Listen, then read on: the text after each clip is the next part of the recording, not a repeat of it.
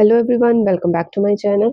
Important organization का next topic है हमारा यूनिसेफ, जो कि है United Nations children's emergency fund.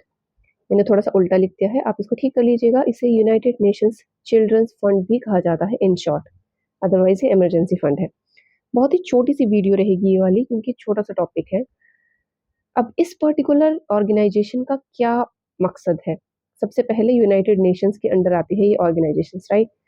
इसका जो एम है वो है improve health, nutrition, education and general welfare of children. Okay. Establishment इसकी की गई थी 11 दिसंबर 1946 में। इसके हेडक्वार्टर्स है न्यूयॉर्क के अंदर। एग्जीक्यूटिव डायरेक्टर कौन है इसके? Catherine M Russell, 8th executive director हैं।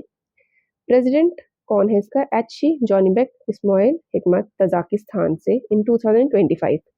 थोड़ी सी हिस्ट्री के बारे में ओवरव्यू ले लेते हैं यूनिसेफ की, बहुत इंपॉर्टेंट रहती है ये एज पर स्टैटिक जीके। तो फर्स्ट डेट इज 1946, जिस दिन इसको क्रिएट किया गया था।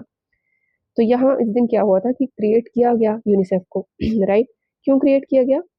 Immediate relief fund, relief to children and mothers affected in world war 2। World war 2 कब हुई थी? 1945 तक, राइट।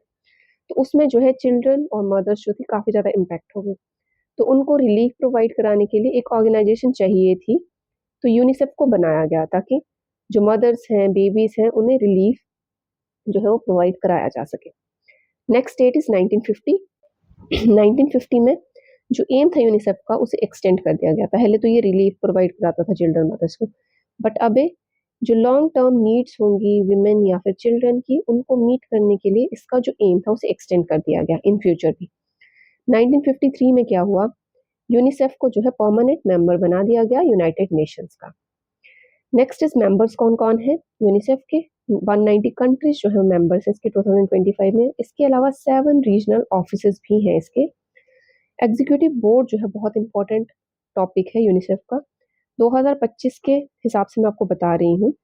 अब ये जो एग्जीक्यूटिव बोर्ड है इसकी कंट्रीज जो है वो रोटेट होती रहती हैं, रोटेटेड इलेक्टेड कंट्रीज। अब ये कंट्रीज क्या करती हैं जो एग्जीक्यूटिव बोर्ड में होती हैं? ये सेट करती हैं पॉलिसीज, अप्रूव करती हैं बजट ऑफ यूनिसेफ। इसके अलावा एट करंट 36 मेंबर्स हैं एग्जीक्यूटिव बोर्ड के अंदर, और इनका टर्म जो है वो रहता है 3 इयर्स का। इसके बाद वो फिर से रोटेट होंगे, नेक्स्ट 36 कंट्रीज जो है उन्हें एग्जीक्यूटिव बोर्ड का मेंबर बनाया जाएगा। बट करंट जो रहेंगी वो क्या क्या ये चीज़ें करेंगी? पॉलिसी सेट करेंगी, बजट जो है उन्हें अप्रूव करेंगी। फॉर एग्जाम्पल अभी करंट में कौन कौन सी कंट्रीज जो है वो एग्जीक्यूटिव बोर्ड के मेंबर है, मैंने कुछ एक एग्जाम्पल आपको थोड़े थोड़े से रीजन्स में से दे दिए हैं। India, China, USA, UK, Germany, Australia, Egypt, Tanzania, Japan, Canada. इसके अलावा और भी बहुत सारी, क्योंकि 36 में यहाँ पे टोटल लिख नहीं सकती थी, तो मैंने कुछ एक को इंक्लूड किया गया है। मतलब कि जो रीजन्स होंगे 7, उनमें से कंट्रीज जो है उन्हें इलेक्ट किया जाता है to become executive board member. Next point and the last point is objective. मैंने आपको कहा था छोटा सा टॉपिक है।